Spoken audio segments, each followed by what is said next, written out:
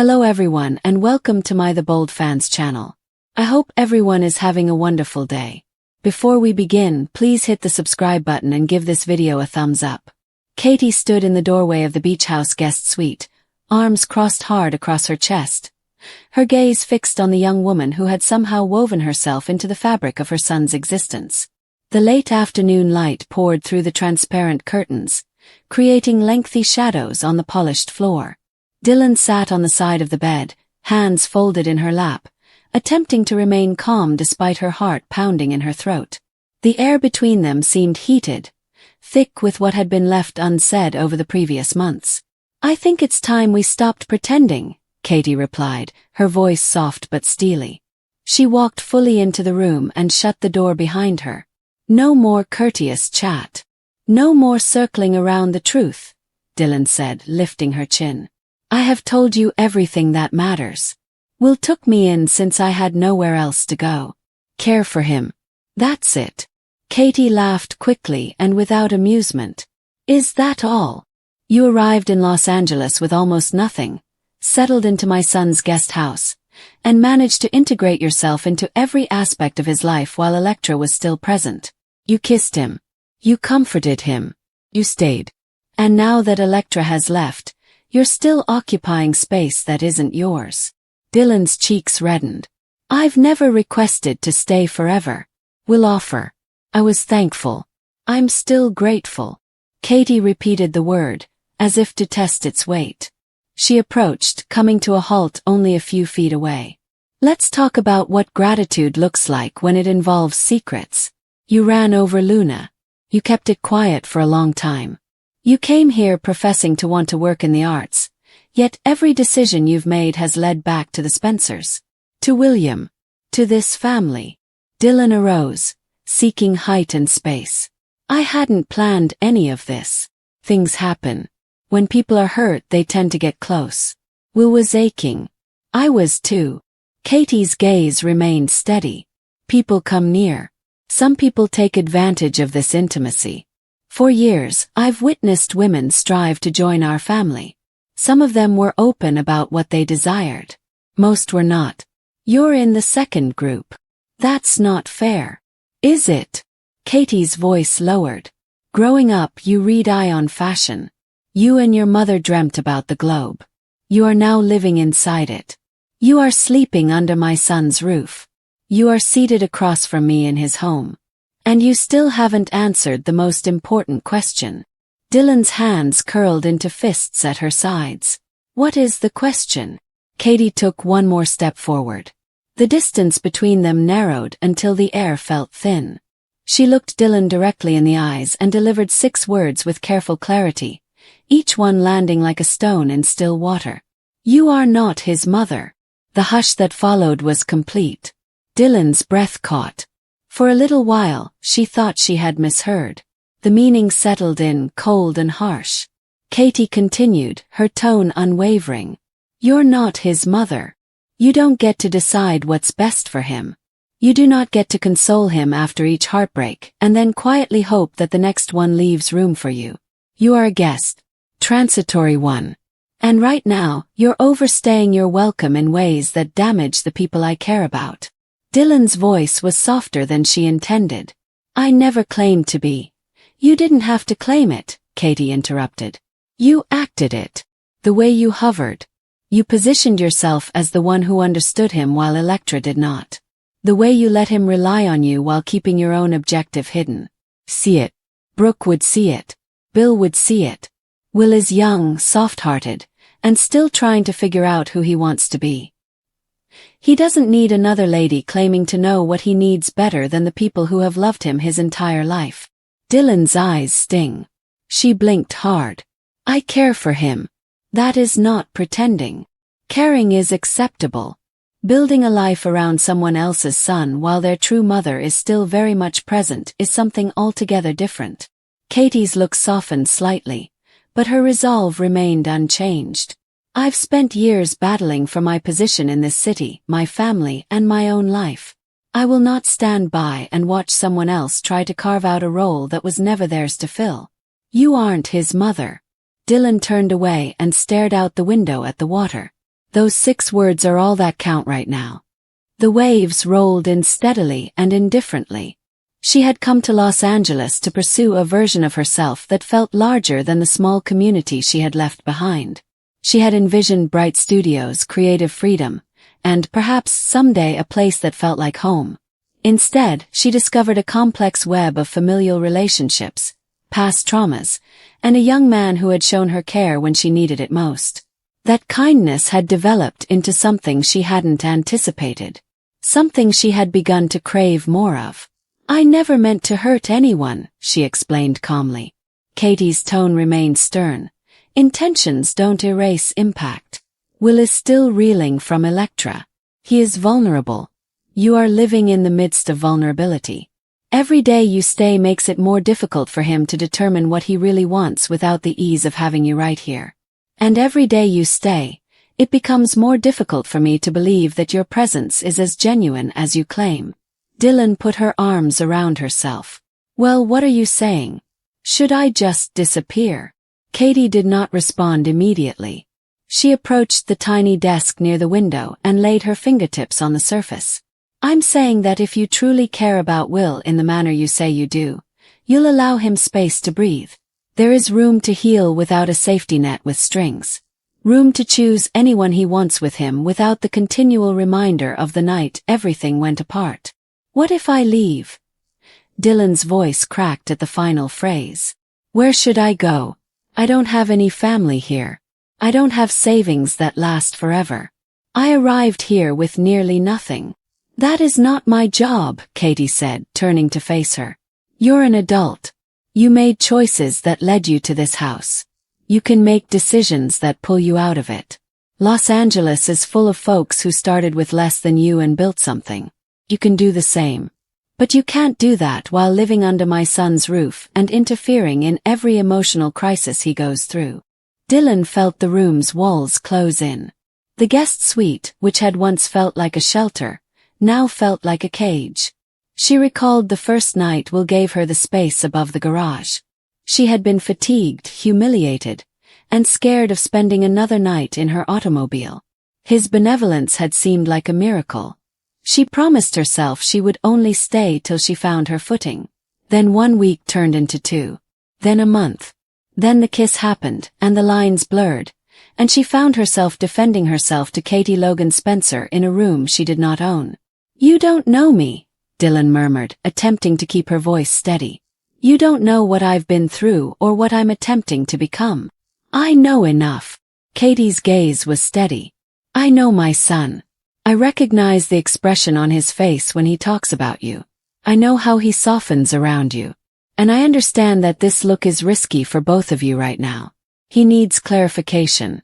You need a life that does not depend around being the one who picks up the pieces after Electra leaves."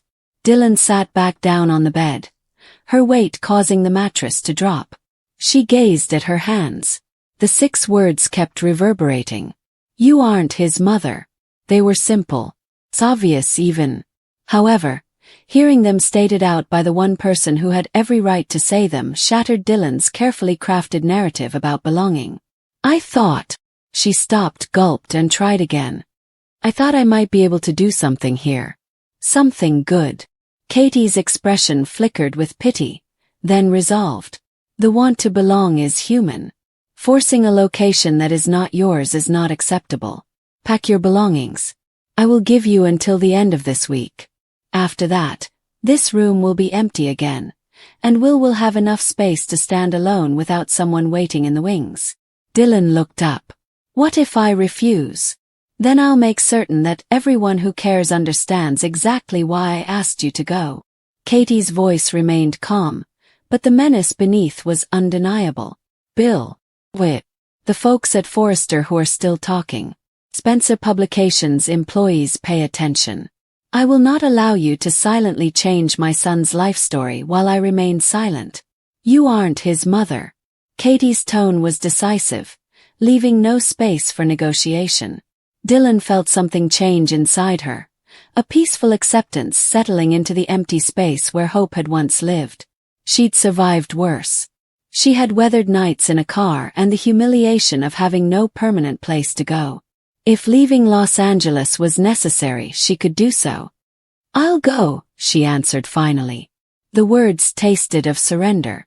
"Not because you threatened me. Because you are correct about one thing." Katie nodded once. "I can't keep living in the middle of someone else's tale and calling it my own." She did not appear triumphant. She appeared worn, the type of tired that comes from years of defending the people she cared about from every imaginable threat, including the gentle ones who arrived smiling and thankful. "Good," Katie said. "Make plans. I'll inform Will that you're going on to something better. He doesn't need the specifics of this talk. He merely needs to know that you are selecting a route that will not leave him trapped in the past." Dylan rose again. Her legs felt shaky. "Does he know you are here now?" "No. And he doesn't have to." Katie approached the door. "This was between us." Mother to the woman who attempted to take on a role she was never given. She hesitated with her hand on the doorknob and looked back one more time. "You're not his mother. Remember that when you start to question if staying a bit longer is still an option. Those 6 words are the only truth that matters in this room." She closed the door behind her. Dylan stood alone in the startling silence. Outside, the water resumed its ceaseless rhythm, unconcerned about the petty human tragedies occurring along its edge. She stepped to the closet and took out the duffel bag she had arrived with months ago. The cloth was old, and the zipper remained sticky from sea air and disuse.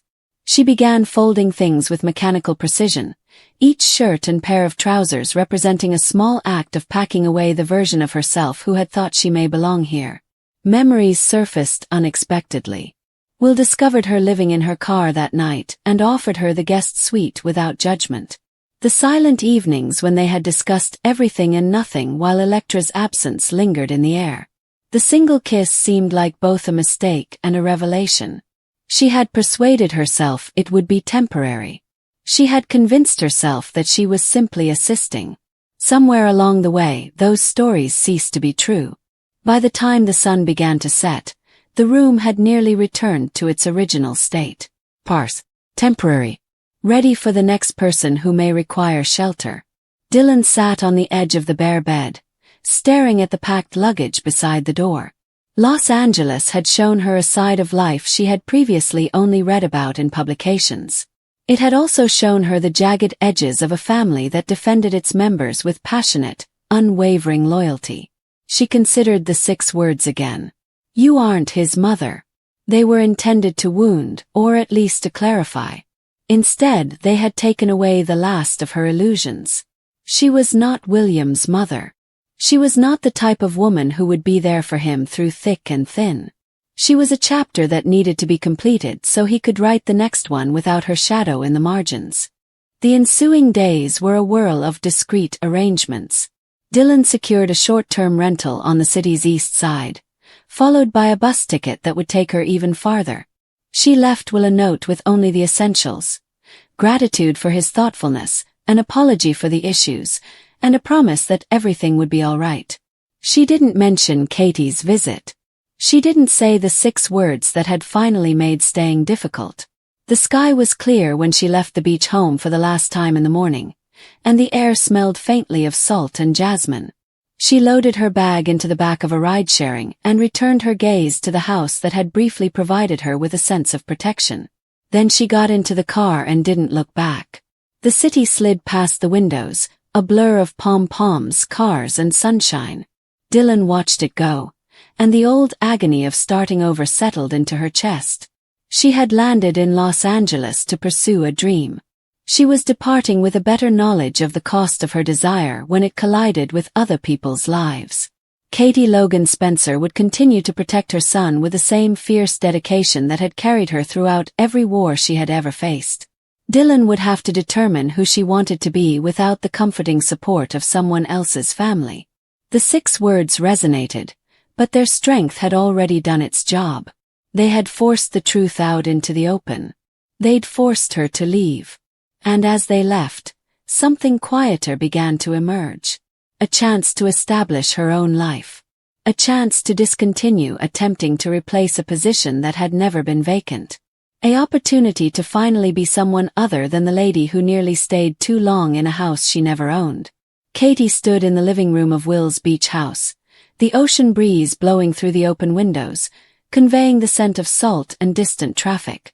Dylan sat on the edge of the sofa, hands tightly gripped in her lap, attempting to appear cool. When Will's mother eventually confronted her, the younger woman expected friction, but she was unprepared for Katie's cool precision. For weeks, the questions had been circled. Who was Melissa Dillon, really? Why did she come to Los Angeles with so little and wind up living under Will's roof so quickly? Katie had observed Dillon's soft gaze at her son, the cautious way she inserted herself into every conversation about Electra, and the subtle joy that showed every time Will's old connection frayed a bit more. Mothers notice these things. Katie noticed them all. She shut the door behind her and leaned against it for a moment, gathering the words she had prepared on the way here. There are 6 of them. That's all she needed. You are not my son's future. The remark fell like a smack. Dylan's head snapped upward. Color drained from her face before rushing back in an angry flush. She opened her mouth, closed it, and tried again. I never claimed to be. Katie interrupted her with a raised hand. You didn't need to claim it. You were the one who planned it. You studied the publications. Before you arrived in California, you were familiar with every name, scandal, and vulnerability in this family. You did not come here for art school. You came here for Will Spencer. Dylan moved so quickly that the sofa cushion rocked. That is not true. Will assisted me when I had nowhere else to go. He was kind. I was grateful enough to kiss him as Electra headed out the door. Grateful enough to spend months in his guest room as you waited for the next crack in their relationship. Grateful enough to let him believe you were just a lost girl looking for a friend. Katie's voice remained low and even. The 6 words had already accomplished their purpose. Everything that followed was only an explanation. Dylan's eyes glistened. You are not my son's future. You don't know me. I know enough. Katie moved closer. I understand you used a different name when it suited you. I know you kept Will in the dark about your extensive research into his family. I know you saw Electra come apart and never attempted to urge him back toward her. You want the opening. You snatched it. The younger woman shook her head forcefully. I care for him. Is that a crime now? In this family, caring without honesty is always a crime, Katie said sharply. Will is still striving to discover who he is free of Electra's shadow. He doesn't need someone who has already decided he's her ticket to the Spencer world. He needs time. Someone who hasn't already begun writing the next chapter of his life without his permission. Dylan's chin rose. Maybe he likes the chapter I'm offering. Katie almost smiled. Almost. He enjoys feeling needed. That's not the same thing. And I will not stand by as you convert my son's kindness into a permanent arrangement that only benefits you. Silence fell between them. An automobile horn sounded somewhere along the Pacific Coast Highway. Inside the house, the only sounds were the quiet tick of the wall clock and the distant crash of waves. Dylan eventually spoke, albeit quietly. What do you want from me? I want you to leave the house. I want you to stop circling Will whenever he is vulnerable. I want you to forge your own path that does not bind you to my son's name or my family's money. Katie's stare was unwavering. You're not my son's future. These 6 words are not suggestions. They form a boundary. Cross it again, and I will make sure every door in Los Angeles closes on you. Dylan's laugh was brittle. You can't do that. Watch me. Katie turned toward the door and hesitated. Will get wounded. He'll defend you. He'll claim I'm overreacting. That's okay. When their child is being hunted, mothers are permitted to respond excessively. You can call it whatever you choose. I call it protection. She went without waiting for a response. The door clicked shut behind her with finality, echoing around the quiet house. Katie sat alone in her flat that night, with the lights low and a half-finished glass of wine on the table. The confrontation played out in parts. Dylan's eyes flashed with horror as the 6 words fell. Her chin remained stubbornly tilted. The younger woman had attempted to rework the story in real time. Katie had seen this type of reworking before. She'd been through it with Brooke, Bill, and every tangled relationship that had ever sought to occupy her life. She couldn't stand by and watch Will go through this. Will called the next morning, his voice tense with rage. "Mom, what the hell were you saying to Dylan?" Katie kept her tone even. "The truth.